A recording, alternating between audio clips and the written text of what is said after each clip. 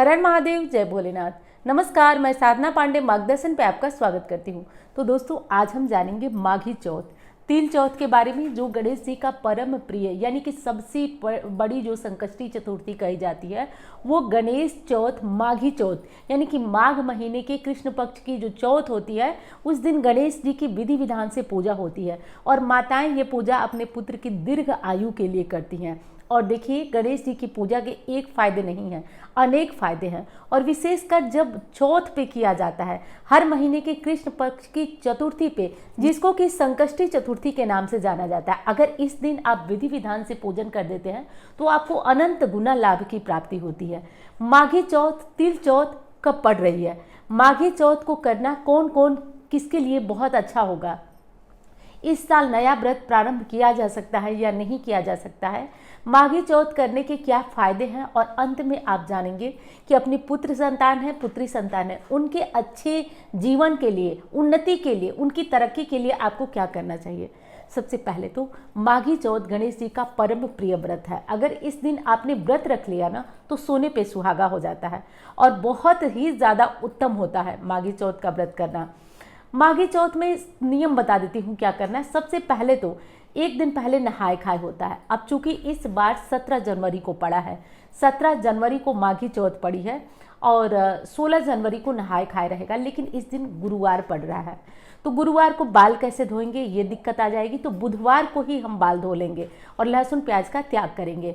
और गुरुवार, शुक्रवार को माघी चौथ है, तो आपको एक दिन पहले ही, यानी कि एक दिन पहले ही करना चाहिए नहाय का, लेकिन नहीं हो पा रहा है तो बुधवार को करेंगे। गुरुवार को क्या करेंगे कि गुरुवार को जल्दी से अपना थोड़ा जल्दी 3 बजे करीब उठकर पानी वगैरह पी लीजिएगा, अगर सरगई लेने की परंपरा है तो। नहीं है तो कोई दिक्कत नहीं, उठ के अपना सरगी लेकर के, और ठंड का दिन है, बहुत ज़्यादा प्यास नहीं लगती है, बिल्कुल भी दिक्कत नहीं होती है इस व्रत को करने में, और आराम से इस व्रत को अपना रहा जाता है। और शाम के टाइम सूर्यास्त होने के बाद गणेश जी की विधि विधान से पूजा की जाती है। अपने घर के मंदिर में गणेश चालीसा का पाठ किया जाता है, गणपति अथर्वशीष का पाठ किया जाता है और संकटनाशक गणेश स्तोत्र का पाठ किया जाता है। तो गणेश जी की कहानियाँ सुनी जाती हैं। और चंद्र उदय जब हो जाता है तो चंद्र उदय के बाद चंद्रदेव को अर्घ देने के बाद ही आपको इस व्रत को खोलना होता है। चंद्रदेव को जब आप अर्घ दे लेंगे उसके बाद खाने पीने में आप फलाहारी चीज़ों को खा सकते हैं, अन्न का सेवन नहीं किया जाता है। और आप मेरा विश्वास है करके देखिएगा, जिनकी संतान नहीं है, पुत्र संतान नहीं है, पुत्री संतान नहीं है, उनको संतान की प्राप्ति होती है। मेरा बहुत बड़ा विश्वास है इस चतुर्थी के साथ, आप लोग करके देखिएगा। और इस चतुर्थी के बारे में और अगर डिटेल में जानकारी लेना है ना, तो मेरी जो वेबसाइट है margdarshansadhana.com, margdarshansadhana.com, जब गूगल में जाके आप सर्च करेंगे तो वहाँ पे गणेश चतुर्थी के बारे में, जो माघी चौथ, तिल चौथ है, इसके बारे में लिखा हुआ आर्टिकल मेरी टीम बहुत अच्छे ढंग से बहुत सजा के लिखी है। तो अगर आप लिखित देखना चाहते हैं कि जैसे कि मैं बोली हूँ नहीं समझ में आया आपको, तो लिखित देखना चाहते हैं तो मेरा वो आर्टिकल मेरी टीम बहुत अच्छे ढंग से लिखती है, बहुत मेहनत से, तो आप वहाँ देख सकते हैं। चंद्रोदय का शुभ मुहूर्त क्या है वो भी देख लीजिएगा और चंद्रमा को अर्घ दे दीजिएगा आप लोग, चंद्रमा को अर्घ। और वहीं पे जाके आप संकटनाशक गणेश स्तोत्र भी पढ़ सकते हैं और गणेश चालीसा भी पढ़ सकते हैं। सब कुछ आपको उसी वेबसाइट पे मिल जाएगा। बस गूगल पे जाके margdarshansadhana.com सर्च करना है। मैं लिंक डिस्क्रिप्शन में दे दूंगी वेबसाइट का, अगर आप गूगल से नहीं पहुंचेंगे तो आप लिंक से पहुंच जाइएगा। तो ये चीज़ है। अब बात कर लेते हैं कि जो रात का होता है उसमें खाना नहीं खाया जाता है। रात को जो चतुर्थी के बाद आप चंद्रदेव को अर्घ देते हैं, उसके बाद आप जो पानी पीते हैं तो पानी पिया जाता है और खाना नहीं खाया जाता है, फलाहारी चीज़ों को खाया जाता है। इस व्रत में ये जो गाजर होता है इसका बहुत ज़रूरी होता है, गाजर का कोई व्यंजन बनाना। पहले के टाइम में तो लोग गजरौटी बनाते थे गाजर और गुड़ मिला के, अब तो गाजर का हलवा लोग बनाते हैं।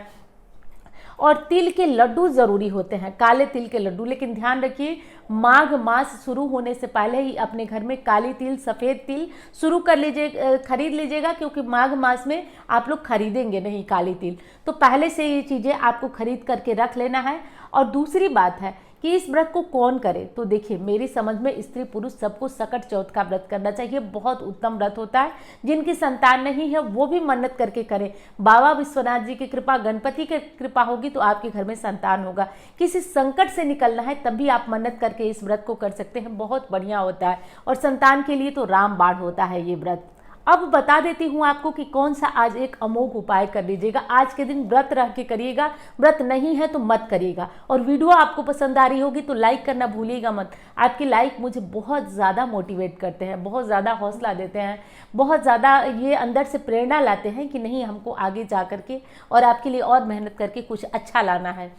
तो ये चीज़ है। अब दूसरी चीज़ है कि आपको क्या करना है अपने संतान के लिए। तो आज दुर्वा की माला तैयार करिएगा, दुर्वा की बढ़िया सी माला तैयार करिएगा और उसको गणेश जी की जब आप पूजा करिएगा व्रत रह करके, क्योंकि शक्ति आ जाएगी आप में।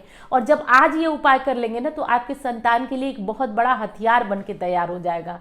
तो ये माला, दुर्वा की माला गणेश जी को आज चढ़ाइएगा और अगली सुबह जब आप इसे उतार लीजिएगा तो अपनी संतान को या पति को, विशेषकर संतान के लिए है, परीक्षा में जाए तो इसके पॉकेट में रख लीजिएगा, जैसे भी हो वो रख दीजिएगा। कहीं जरूरी काम पे जाए तो उसको रख लीजिएगा। वो माला वशीकरण की तरह काम करेगा, जहाँ जहाँ लेके जाएंगे वो वहाँ वहाँ सफल करेगा। तो चलिए, उम्मीद करती हूँ जानकारी आपको पसंद आई होगी। अब मैं मिलती हूँ आपसे अन्य वीडियो में। धन्यवाद। हर हर महादेव।